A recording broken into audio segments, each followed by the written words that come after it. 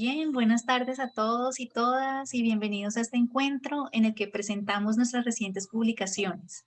Nos unimos a la versión número 33 de la Feria Digital 2021, que a través de las redes sociales y los canales digitales dará a conocer las novedades y promocionará la lectura en el país.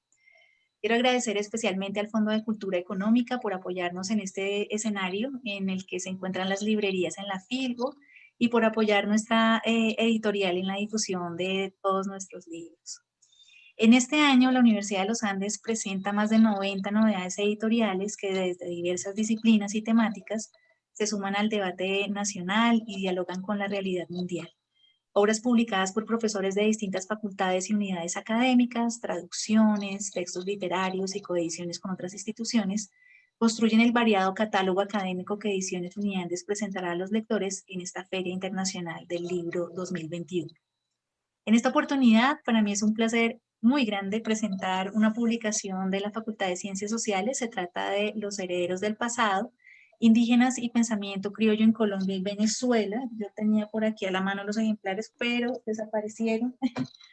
Quería mostrarles estos maravillosos ejemplares del libro, son 2 tomos, que se encuentran disponibles en la librería y tienda Uniandes, asimismo en la plataforma digital ebooks.uniandes.edu.co y también, por supuesto, en la librería del Fondo de Cultura Económica. Bueno, en esta charla nos acompaña el autor, por supuesto, Carl Langebeck, autor de Los herederos del pasado y profesor titular del Departamento de Antropología de la Universidad de los Andes. Carl, muchas gracias por haber aceptado esta invitación y por acompañarnos esta tarde. Muchas gracias a ustedes por la invitación. Y para el conversatorio se unió Carlo Emilio Piazzini Suárez, profesor titular del Instituto de Estudios Regionales de la Universidad de Antioquia. Para ti, Carlo Emilio, también muchísimas gracias por estar con nosotros en esta presentación. Gracias por la invitación. Un saludo. Buenas tardes. Bueno, entonces, sin más preámbulos, cedo el micrófono a Carlo Emilio para que empecemos esta agradable discusión. Y de nuevo, bienvenidos a todos a este encuentro. Muchas gracias. Bueno, tengo aquí el honor de presentar una segunda edición de este libro del profesor Karl Langebach, titulado Los herederos del pasado, indígenas y pensamiento criollo en Colombia y Venezuela. Este diálogo que queremos establecer con el profesor Langebach, quien amablemente nos ha invitado a conversar sobre esta nueva edición, esta segunda edición hecha este año. El libro originalmente se hizo en 2009, la primera versión. Bueno, es una conversación que propongo con el autor en el mejor espíritu de una invitación a la lectura. Entonces, pues no se pretende ni mucho menos abarcar los elementos definitivos del libro, porque esos los encontrará quien disfrute de su lectura, pero sí resaltar algunos aspectos que me parece que le permiten al público saber en términos generales de qué se trata allí y además indicar que se trata de una publicación cuyo contenido y cuyas propuestas interpretativas no se agotan en el ámbito exclusivamente de la antropología, de la historia, de la arqueología, que son, digamos, por supuesto, ámbitos de conocimiento con los cuales se encuentra muy ligado y de los que, de alguna manera procede el autor, sino que desbordan esos ámbitos disciplinares, incluso académicos, porque es un libro que tratando sobre ese pensamiento criollo, esa categoría de pensamiento criollo, a través de una investigación que podría denominarse de historia cultural, quiere ver de qué está hecha esa categoría de pensamiento criollo, cómo ha funcionado en relación con la imagen de lo indígena en una mirada de larga duración histórica. Y así dicho, entonces, pues es un libro que está abierto que resulta pertinente para muchas clases de lecturas, desde el periodismo, desde el arte, desde la literatura, por supuesto desde las ciencias sociales, pero incluso uno podría decir desde algunos discursos fundamentalmente de lo político. Entonces, esa primera invitación que quiero hacer es a un público muy amplio que va a encontrar aquí un tema de larga duración histórica que es plenamente vigente y que explica por qué tengamos una segunda edición de un libro que merece ser pues leído desde muchos ámbitos. Profesor Langeback, yo como para que nos comente un poco más, quisiera preguntarle sobre esa categoría del pensamiento criollo y su relación con lo indígena. Y para hacerlo voy a apoyarme en una frase que aparece en la introducción de su libro, que dice que el libro quiere indagar sobre la forma como se ha imaginado al indio y a su pasado para analizar el impacto de esa imaginación sobre la manera como los criollos colombianos y venezolanos han desarrollado ideas sobre ellos mismos y los demás. Cuéntenos un poco más sobre ese propósito que aparece inicialmente en la introducción. Bueno, pues Emilio, pues muchas gracias por tu presencia acá y muchas gracias a Ediciones Uniandes por haber reeditado Herederos.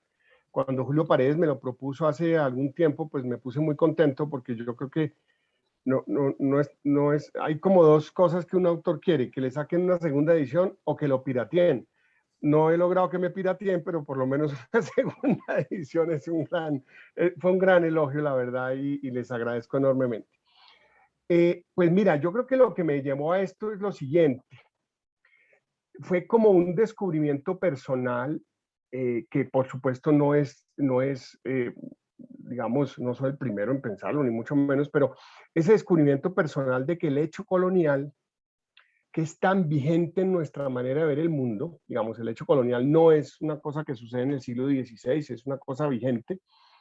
Ese hecho colonial es tan hábil y tan poderoso que se oculta especialmente en las imágenes positivas del pasado prehispánico y de los indígenas.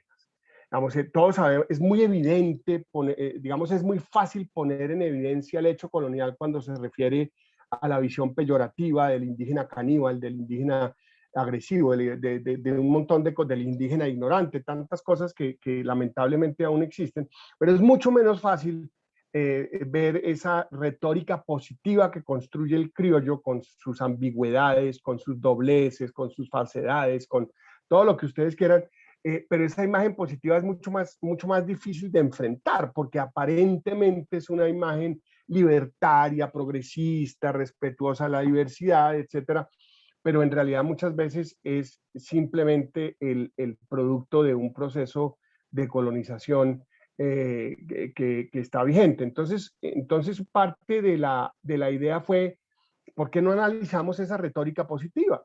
Y para sorpresa mía, pues esa retórica positiva arranca con Colón. Colón es el primero en decir un montón de bellezas sobre las sociedades indígenas que describe, pero paradójicamente está dando nacimiento a la muerte y a la destrucción de muchas de esas sociedades, pero la retórica es extremadamente positiva y la encuentra uno a lo largo de la colonia, encuentra uno el poder de la corona interesada en la retórica positiva, la iglesia también interesada en la retórica positiva, y muy especialmente los criollos que empiezan a generar ese distanciamiento con respecto a España, pues se apropian de esa retórica positiva de una forma absolutamente clara en la guerra de la independencia y continúa y continúa y continúa hasta nuestros días, hasta la Constitución del 91, por supuesto.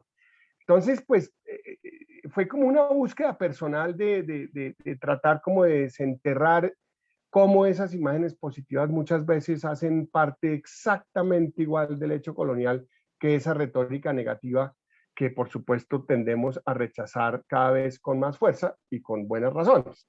Entonces fue Emilio esa búsqueda Yo no soy historiador, yo me eduqué como arqueólogo, pero creo que fue muy útil también para empezar a pensar la propia disciplina, entender cómo incluso la disciplina surge en ese contexto de esa búsqueda criolla de referentes positivos del pasado, lleno de dudas, ¿no? Porque es una búsqueda, es una retórica positiva, pero llena de dudas también. Entonces, me pareció que es un buen ejercicio que debe hacer toda persona que mire el pasado prehispánico con ojos, digamos, académicos, tratar de ubicarse en cómo se han construido esas imágenes que siguen siendo, en el fondo, los lentes a través del cual miramos el pasado. Y diría yo, el presente también. Me llama la atención, Carl, precisamente que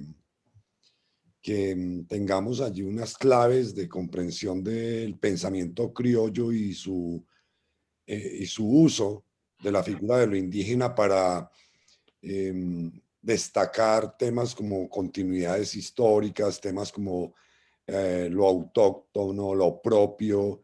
El pensamiento criollo ha echado mano, pues, de esas figuras de lo indígena, muchas veces de lo indígena positivo, para afirmar su permanencia en determinados espacios, para construir tradiciones, para sobre todo plantear un contradiscurso a lo extranjero, a lo de afuera, y en una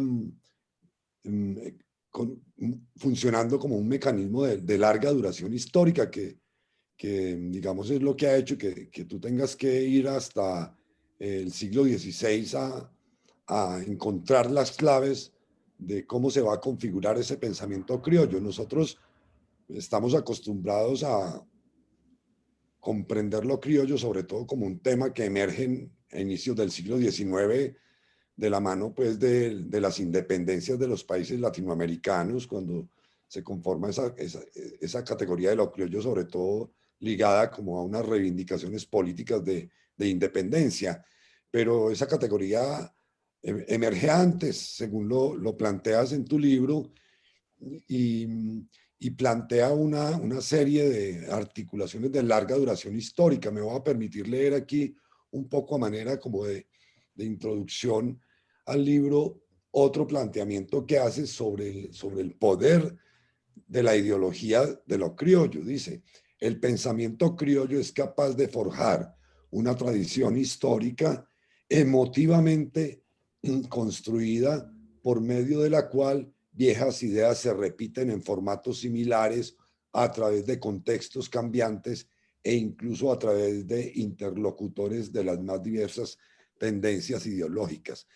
El pensamiento criollo, así entendido, entonces, además de ser de larga duración histórica, trasciende diferencias políticas e ideológicas que aparentemente serían irreconciliables. Está en la base de planteamientos de lo más liberales y progresistas y de aquellos también de carácter conservador. Explícanos un poco esa fuerza que tiene entonces de larga duración y de transversalidad incluso ideológica que tiene ese pensamiento criollo en su relación con lo indígena. Ese es un punto importante, Emilio. Yo creo que esta retórica positiva tiene un halo de incuestionable, ¿sí? Primero que todo, es incuestionable, no apela a la razón, apela a la emoción. Y desde el punto de vista de la emoción es absolutamente, digamos, difícil de cuestionar.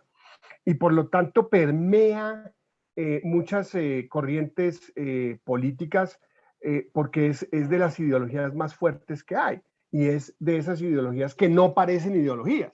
¿Sí? Tú puedes hablar de la ideología neoliberal, de la ideología marxista, de la ideología no sé qué, pero esto no, esto se vuelve como una gelatina que empieza a distribuirse de forma más o menos homogénea en todas partes. Entonces tú encuentras exaltaciones a lo indígena por parte de Laureano Gómez, ¿no? Como de Antonio García o de Ignacio Torres o de Gaitán, que parecen textos casi que calcados los unos de los otros y aparecen por todos lados, siempre como uno de esos referentes al pasado que apela a la emoción, pero además en el fondo siempre representando una manera de ver el mundo muy conservadora, porque es apelar a lo que tú decías, a la tradición, al origen puro de la nación, ¿no? A mí me impresionó, por ejemplo, mucho encontrar cómo el pasado indígena apareció en el debate sobre si se debían dejar entrar migrantes extranjeros o no a Colombia, ¿no? Estamos hablando de un debate de hace 80, 90 años y que continuó fuerte hasta los años 60, 70 del siglo pasado, en el cual esa imagen del pasado remoto y esa idea, fíjate lo curioso como la ideología del mestizaje, que se presenta como una ideología progresista, etcétera, se vuelve terriblemente excluyente porque vuelve a caer en el concepto de pureza. Y es el argumento que usan las élites, tanto conservadoras como liberales, para negar negar la llegada de extranjeros. Cuando la Academia Colombiana de Medicina se le pide que analice la conveniencia de que llegaran japoneses a Colombia, el concepto de la academia en los años 20 fue muy claro. Por favor, no, porque eso daña el proceso de mestizaje que producirá una raza colombiana. Entonces, imagínate tú y los pocos migrantes japoneses que llegaron en buses cuyos vidrios estaban cubiertos de tablas de madera porque la gente los apedreaba en el camino, y los estudiantes salieron a protestar porque pues, los japoneses posiblemente eran todos simpatizantes de la expansión del imperio nipón. En fin, terminan siendo ideologías terriblemente conservadoras, pero tienen un empaque de liberalidad que es absolutamente maravilloso, ¿no? No hay presidente que no suba a la Sierra Nevada de Santa Marta a ponerse manillas de los mamos, es decir, es una cosa que parece el respeto a la diversidad y la cosa más maravillosa y por fin el encuentro entre las diferentes formas de ser colombiano, pero en el fondo muchas veces sirven propósitos que son muy conservadores. Entonces, por supuesto, y esa es una cosa pues, evidente que se ha estudiado mucho. El indigenismo no es una ideología de indígenas, el indigenismo es una ideología de blancos o de mestizos. Y la verdad, pues yo creo que eso es bueno enfrentarlo como para pensar sobre todo el presente, porque es que es muy recurrente, ¿no? Es muy recurrente y de nuevo muy ambiguo. Héroes de la independencia que salen a decir que ellos son los vengadores de los incas y al mismo tiempo están sacando decretos diciéndole a los indígenas, ustedes señores tienen que seguir pagando tributo, que ya no se llaman tributos, sino contribuciones personales. Y esa ambigüedad y esa doble faz del criollismo y del indigenismo existe desde el comienzo. El criollismo empieza a aparecer casi que con la primera generación de descendientes de conquistadores.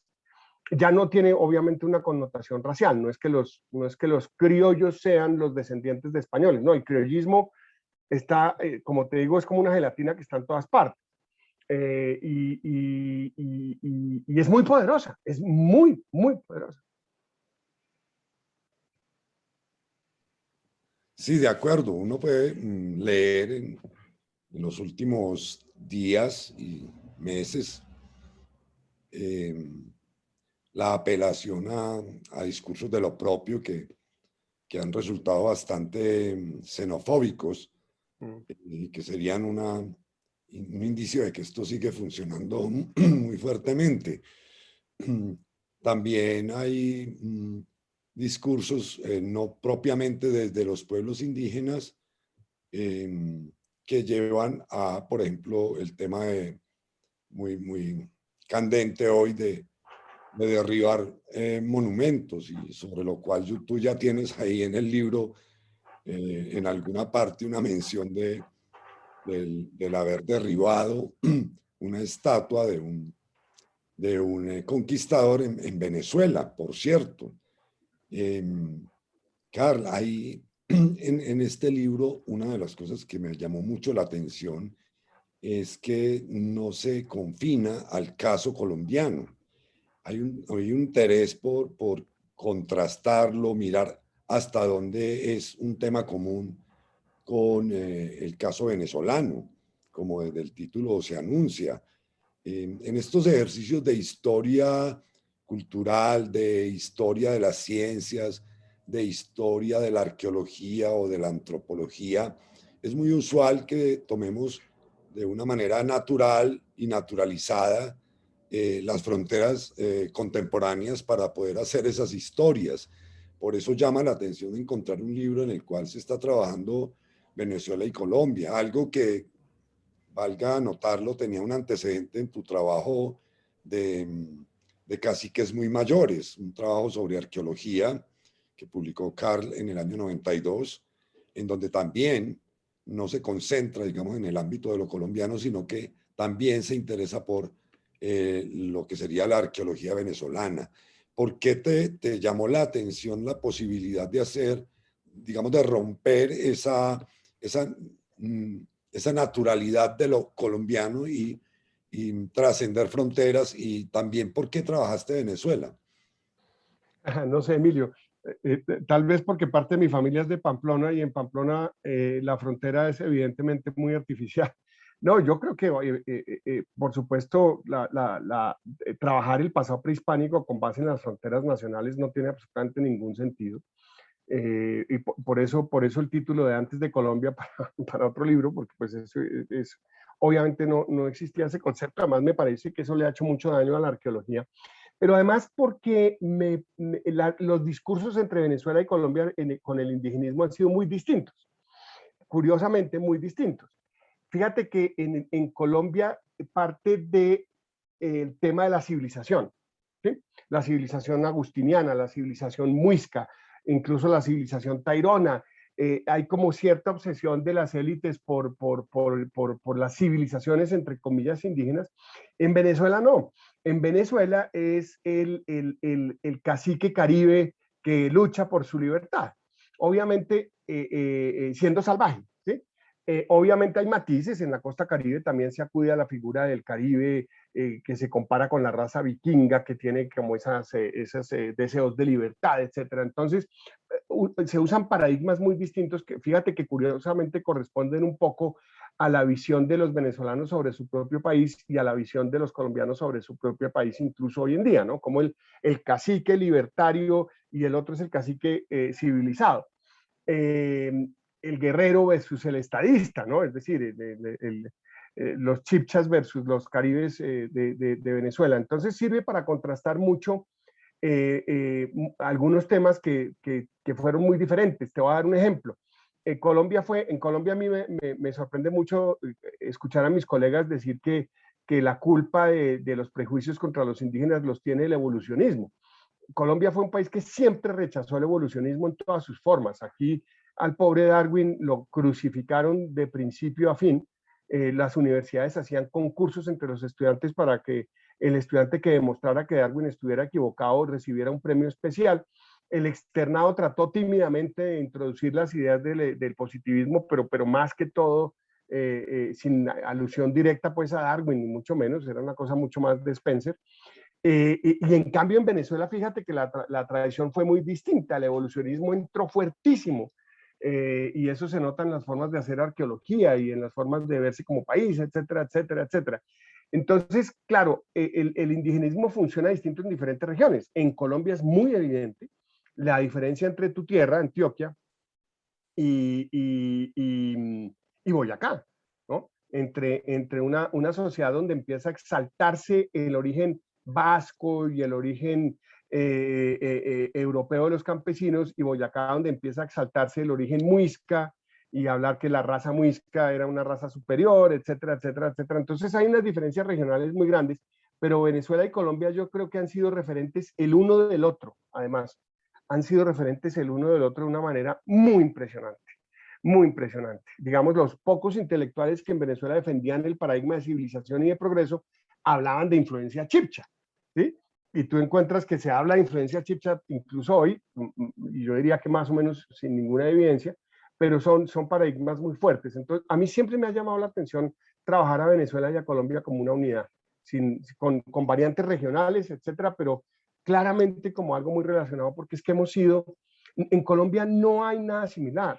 Para nosotros Centroamérica no es un referente, el sur tampoco es un referente. Digamos, de alguna manera en los departamentos del sur se puede hablar de la relación con los incas, pero Ecuador y Perú no son un referente de la nacionalidad colombiana.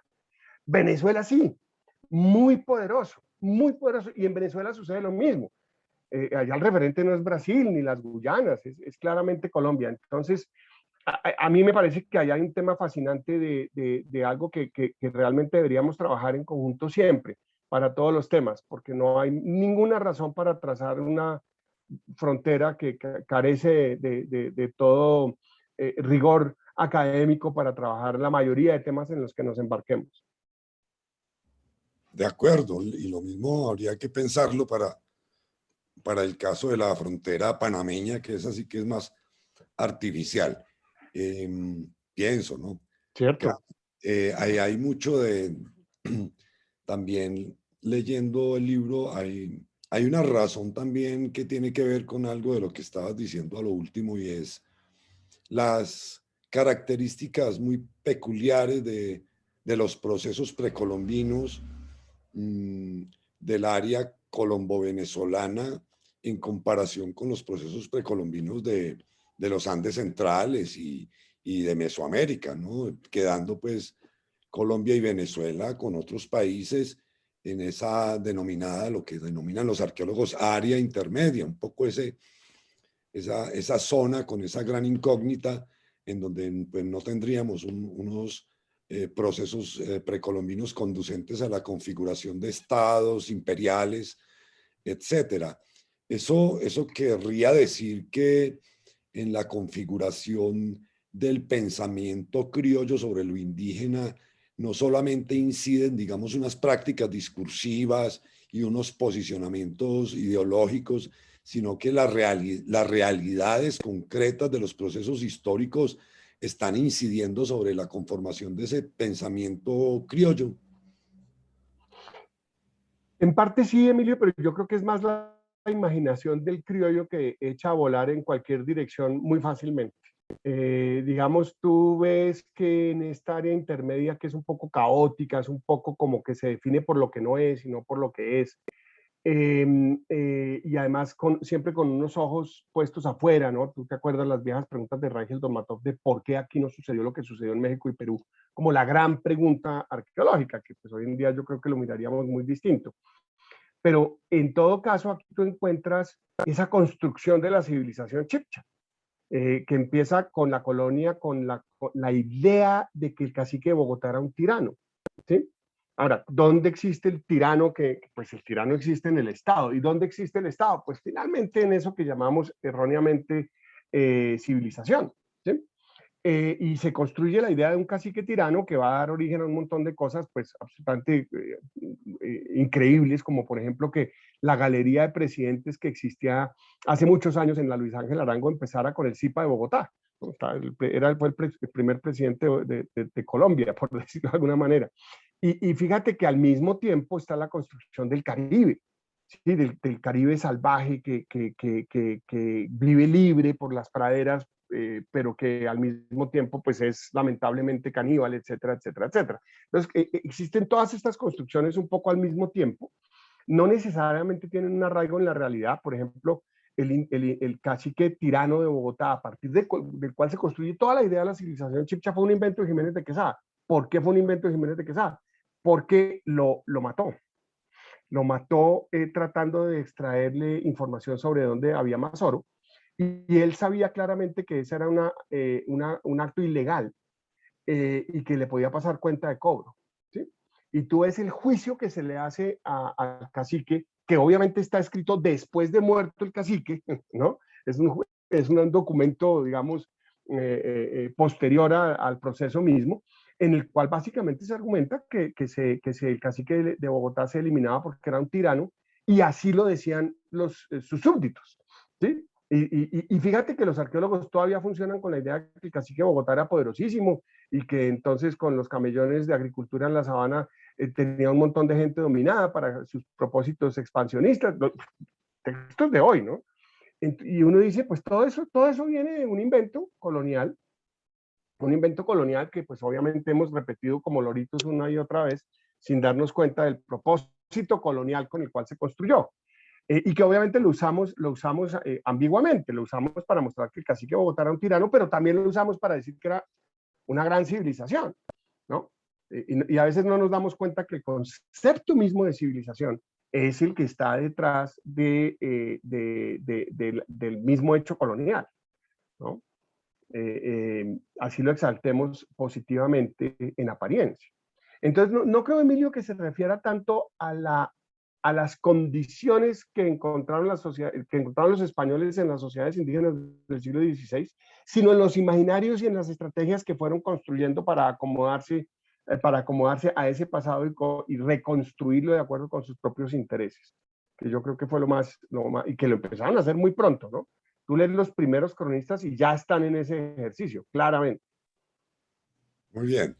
Sí, de acuerdo. Ya hay, digamos, unas narraciones que, exaltando al indígena, terminaban por exaltar la empresa española. Es evidente, y de ahí pues el cuidado que hay que tener con los discursos positivos sobre lo indígena, porque finalmente, como decías al inicio, no están desprovistos de ciertos acomodamientos y conveniencias ideológicas y políticas.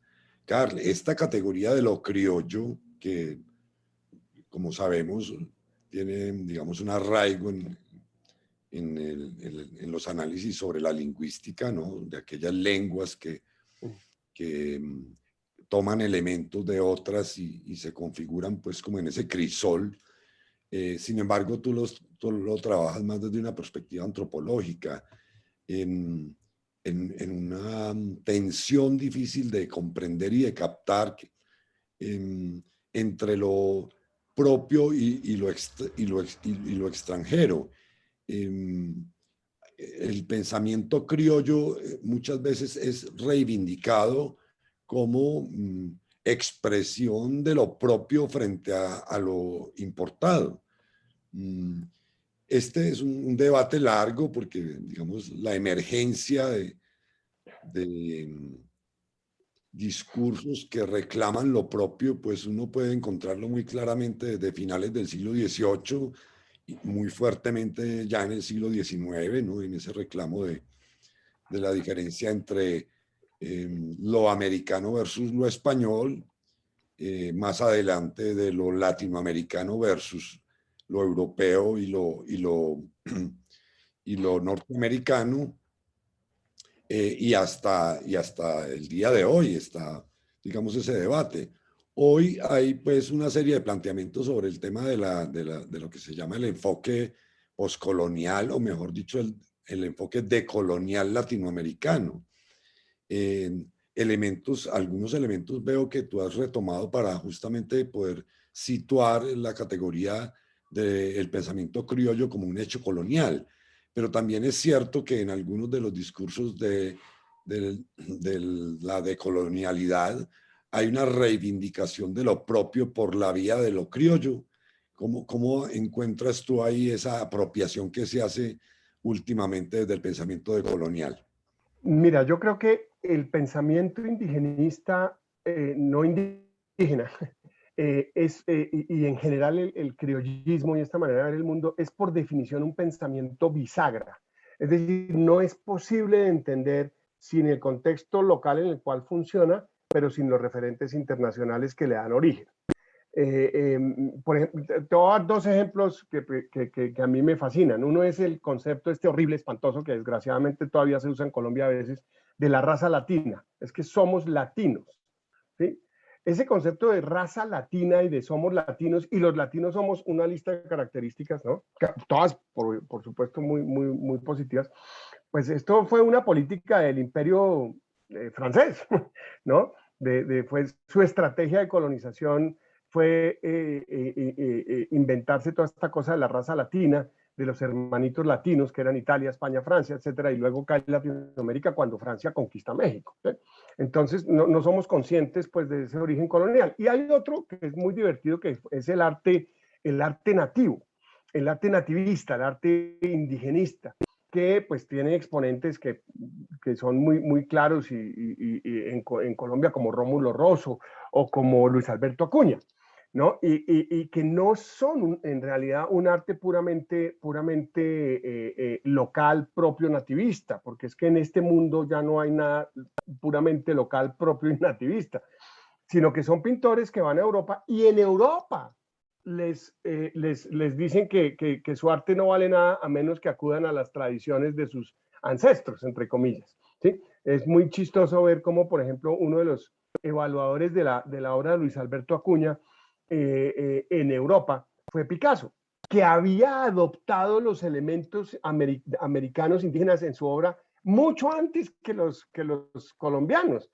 Y es él el que les dice, no, es que ustedes no pueden seguir pintando lo mismo, tienen que ser nativistas, y llegan y efectivamente desarrollan su obra dentro de ese contexto. Otro ejemplo que a mí me parece fabuloso, que es una expedición suiza que llega a Colombia en los años 1912, colecciona unos objetos arqueológicos muy famosos que tú conoces, que son los objetos Alzate, los llevan a París y en París los analizan y dicen que estos objetos muestran el apego del indígena a la naturaleza, ¿sí? Y años después se descubre que esas obras habían sido hechas por una familia de Medellín que no tenía absolutamente nada que ver con las sociedades indígenas. Entonces, fíjate que nunca es completamente autónomo, nunca es completamente propio. Digamos, la misma noción de pensamiento propio tiene un arraigue un poco colonial. Es un pensamiento bisagra, que está en los dos mundos, que se presenta como auténtico, ¿no? Claramente es auténtico, pero la analogía con las lenguas criollas es fantástica, porque las lenguas criollas tienen la gramática de una lengua y el léxico de otra.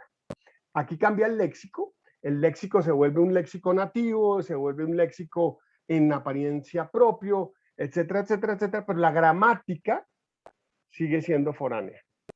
Ese es un poco lo que define ese pensamiento criollo, que nos acompaña, por supuesto, hasta el día de hoy. Sí, esa es justamente una de las conclusiones a las que llega tu libro en esa identificación de esa gramática que permanece intacta pese a que cambian los términos. Carl, si en relación entre lo propio y lo auténtico hay estos matices que hay que advertir, tampoco se podría decir que simplemente se trata de una influencia de lo extranjero en lo local, y empleo entre comillas esa influencia porque es una palabra muy empleada, un término muy empleado incluso por los historiadores de la ciencia en ocasiones, como si se tratara de un contagio. ¿Qué mecanismos operan en esa relación entre lo criollo y lo metropolitano, ¿no? Para ponerlo en esos términos? Sí, no es simplemente un calco, no es una copia. El criollismo es rico, el criollismo es muy rico y muy imaginativo. Vamos, el criollismo produce cosas a partir de esas plantillas coloniales, no es simplemente una reacción. Por ejemplo, fíjate un poco el ejemplo que te daba, Darwin no se lee igual en Venezuela que en Colombia, ¿no? Porque la plantilla a través de la que se lee es distinta, digamos, no es simplemente llega un texto y se lee igual porque es que eso es lo que dice el texto, no, se lee de formas completamente diferentes. Entonces, claro, el criollismo es imaginativo, es productivo, es rico en imágenes, muy rico en imágenes, poderosísimo en imágenes. Cuando tú ves las imágenes que usaron los héroes de la independencia, eso es de una riqueza, es decir, las monedas, las banderas, los himnos, los nombres que le ponían a las cosas, ¿no? Pues cuando Santa Fe se vuelve Bogotá, cuando se intenta que Cundinamarca fuera el nombre que abarcara todo el territorio, cuando incluso se crea en serio una escuela en Bogotá para enseñar lengua muisca con la idea de que fuera la lengua oficial, etcétera. Es muy rica en imágenes, es muy rica en imágenes, es muy productiva, es muy atractiva, muy atractiva. Como también en ciertos periodos es muy atractivo borrar esas imágenes. Por ejemplo, si tú te fijas en el escudo de Colombia actual, hay una imagen que originalmente tenía un indígena.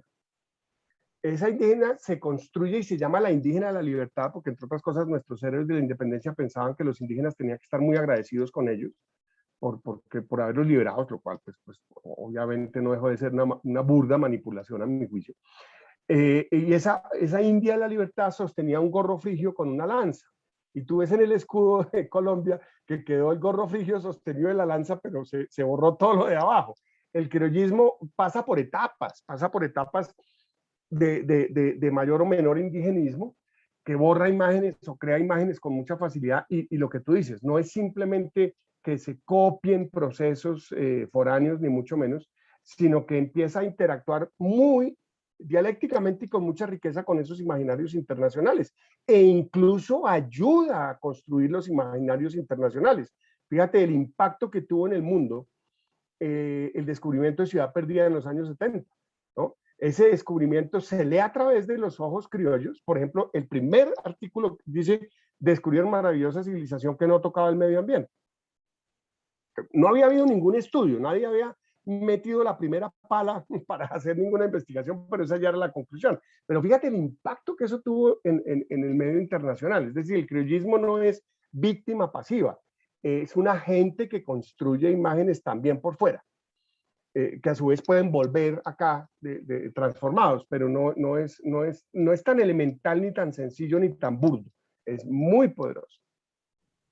Sí, efectivamente, no estamos aquí en esa imagen simplificadora ni de lo autóctono ni de lo importado. Es más complejo que eso y esa es la investigación que presentas justamente, porque el pensamiento criollo tiene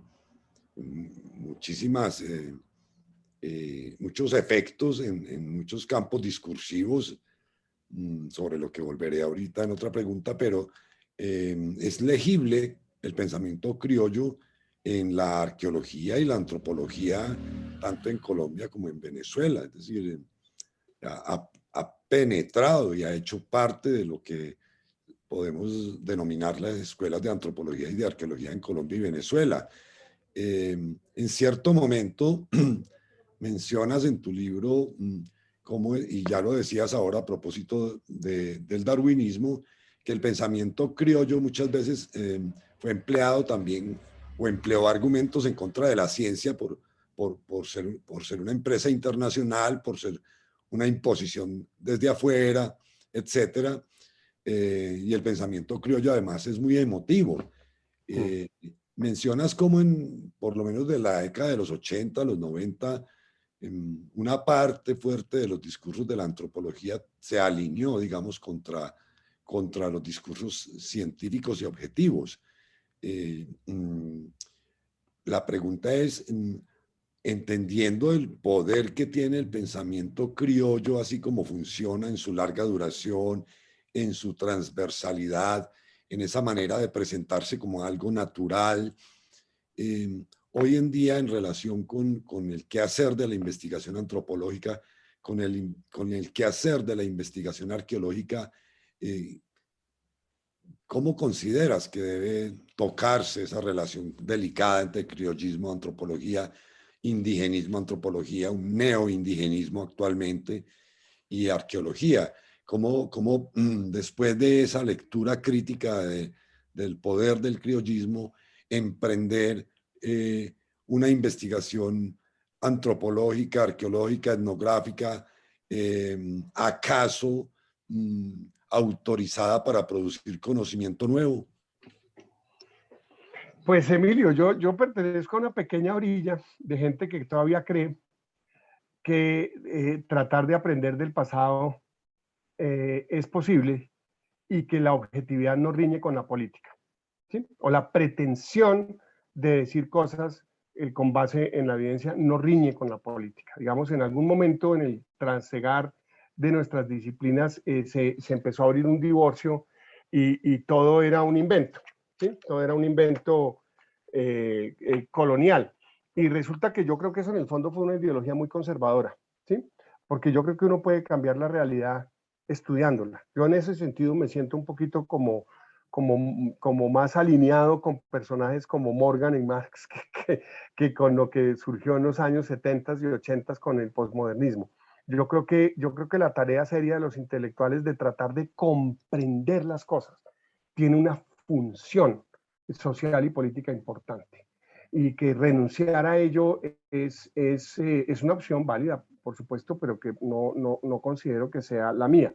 Lo que pasa es que también creo que uno no puede hacer nada en ciencias sociales, que afortunadamente nosotros tenemos la dicha de ser una ciencia social, una disciplina que se cuestiona a sí misma, no parte de esos paradigmas, pues como otras disciplinas que son sociales, aunque no se consideren a sí mismas sociales y que no voy a mencionar cuáles son, pero que pues parten de una hoja de Excel para hacer inferencias sobre cómo debe funcionar un país. Creo que es evidente a cuál me refiero. Afortunadamente somos críticas y autocríticas y cumplimos un papel importantísimo para generar dudas, ¿sí? Pero es que generar dudas tiene que ser hecho con rigor. Y yo creo en esa validez. Me identifico mucho, Emilio, no sé si conoces la obra de David Graeber, que yo creo que ha roto este personaje que murió hace poco, que fue profesor en Chicago y luego en Yale, que ha roto muchos paradigmas, y volviendo un poquito al tema de, mire, es que esto es con rigor, pero con compromiso político y diciendo cosas que ponen en duda cuestiones que damos por sentadas. Y yo creo mucho en eso. Yo creo muchísimo en eso. Y creo que además las mareas están volviendo un poquito a eso también, a que nosotros podemos basarnos en hechos, porque es que fíjate que cuando tú criticas una sociedad, pero te dicen que es que en realidad todo lo que tú construyes es arbitrario, tu crítica se desborona, ¿sí? Tu crítica se desborona. Y yo creo que los antropólogos tenemos una tarea muy bonita allí, porque los antropólogos somos quienes estamos en mayor capacidad de mostrar que las cosas que nuestra sociedad da por natural no son naturales, que son construidas históricamente, que en otras sociedades es completamente distinto. Y ese cuento, que además es muy viejo, eso pues por Dios, lo han dicho los antropólogos toda la vida, eso tiene una importancia política hoy en día fascinante, fascinante, mucho más poderosa que simplemente decir que los antropólogos inventan todo lo que dicen. Entonces, yo creo que nosotros mismos, de alguna manera, en el camino nos hemos encargado de quitarnos poder para bien, y que debemos retomar un poco la senda de decir, no, mire, acá es en serio. Hay sociedades en las cuales las cosas no funcionan como nuestra sociedad. Lo que nosotros damos por natural no es natural. Y hay evidencias de eso. Entonces, pues yo tal vez pertenezco a una minoría, Emilio, pero nunca he abandonado esa pequeña esquinita en la cual creo que nosotros podemos decirle cosas a la sociedad que son interesantes y que son importantes y que son rigurosas. Y sobre todo, plantar dudas, ¿no? Yo creo que una sociedad que tiene dudas es más sana que una sociedad que tiene certezas. Y allí cumplimos un papel bonito. De acuerdo, Cal. Una pregunta, me da la impresión, es una sola impresión, que en los discursos populistas de todo tipo y variedad que hay hoy en día, muchos están alimentados por los elementos de ese pensamiento criollo. ¿Lo ves así? Pues es que fíjate que los autoritarismos de cualquier pelaje siempre acuden a la raíz, ¿no? Ese es el legado del romanticismo del siglo XIX. Alguien decía con mucho humor, pero yo creo que con mucha razón, decía, el último gran romántico que tuvo el mundo fue Adolfo Hitler, ¿no? Que es este regreso a las raíces, a la autenticidad, a lo que nos identifica como grupo humano claramente distinto y superior a los demás. Toda esta cosa romántica, por supuesto, es bocado cardenal para toda forma de autoritarismo, y por supuesto tú ves todos los regímenes autoritarios pues beben de esas aguas, lo auténtico, lo propio, porque pues por supuesto, por definición se trata de ideologías que lo diverso, lo complejo, lo ambiguo, pues esa no es la base de construcción de sus regímenes. Y por eso yo creo que es cada vez más importante rescatar eso, ¿no? Lo ambiguo, lo diverso, lo complejo, y no esas esencias propias del ser colombiano, de ser venezolano, de lo que tú quieras, lo que sea, no importa. Porque yo creo que eso nos mete siempre en problemas, históricamente siempre nos ha metido en problemas y siempre nos seguirá metiendo en problemas, porque en realidad se basa en la negación de lo diferente, ¿no? Y allí es cuando ocurren locuras. Muy bien, Carl. Justamente dices tú en las conclusiones del libro, dice, el argumento central de este libro es que pese a la definición del pensamiento criollo como autóctono, su imagen positiva del indígena raramente se erige como un desafío real a los modelos de exclusión colonial ante los cuales pretende reaccionar. Allá llega tu estudio, tu investigación, tu indagación, que como decías al inicio de esta presentación del libro, condujo a hallazgos, ese término que empleamos en arqueología, y que son investigaciones que lo sorprenden a uno. En lo personal, valoro mucho que cuando uno haga una investigación sobre algo, encuentre cosas que lo contradigan, encuentre cosas que no esperaba, porque una investigación que llega a lo que se suponía desde el inicio que iba a llegar, pues no resulta ni tan útil ni tan apasionante, diría uno. Bueno, yo creo que hemos hecho como una serie de preguntas y respuestas que permiten a los públicos que potencialmente leerán el libro hacerse una idea de qué tienen entre sus manos en esta edición, que además es una edición que ya como se comentaba al inicio, está tanto en versión analógica como en digital. La versión analógica para algunos de nosotros que somos arqueólogos, pues llama mucho la atención en cuanto a artefacto, ¿no? Son dos volúmenes, cada uno de aproximadamente 280 páginas, muy bien ilustrados, en un formato relativamente grande, es un formato más o menos de tamaño carta, con lo cual tenemos un artefacto, un libro artefacto en el que uno debe buscar un buen lugar para leerlo, sentarse para leerlo. Es de esos, no es de aquella época en que los libros empezaron a minimizarse para volverse libros de bolsillo, no, es un libro para sentarse a leerlo, pero obviamente que también viene en formato de Kindle, me decía Carla ahora, y entonces uno puede también acceder a él de manera digital. Carl, pues te agradezco mucho esas preguntas, esas respuestas, perdona, a estas indagaciones que yo tenía. Habría mucho más que conversar. Creo que esto realmente considero que lo que está planteado en el libro es problematizante, ¿no? Estamos ante un libro que problematiza discursos políticos, discursos de la prensa fuertemente. En la prensa se reproducen tremendamente estos imaginarios de lo indígena desde el pensamiento criollo, y por supuesto desde las ciencias sociales en general. Hay un montón de lugares comunes hoy en día que necesitan repensarse y que yo creo que un insumo importante para repensarlos está en el libro Los herederos del pasado. Estoy aquí pendiente de si, no veo en el chat exactamente si tenemos algunas preguntas de parte de quienes asisten al público. En principio no. De manera pues que le doy la palabra a María Victoria para que ella pues haga un cierre, o si tú quieres antes de eso, Carl, señalar algún aspecto adicional a lo aquí conversado. No, simplemente, Emilio, agradecerte muchísimo, y también a María Victoria y a Ediciones Uniandes por toda su generosidad. Muy bien.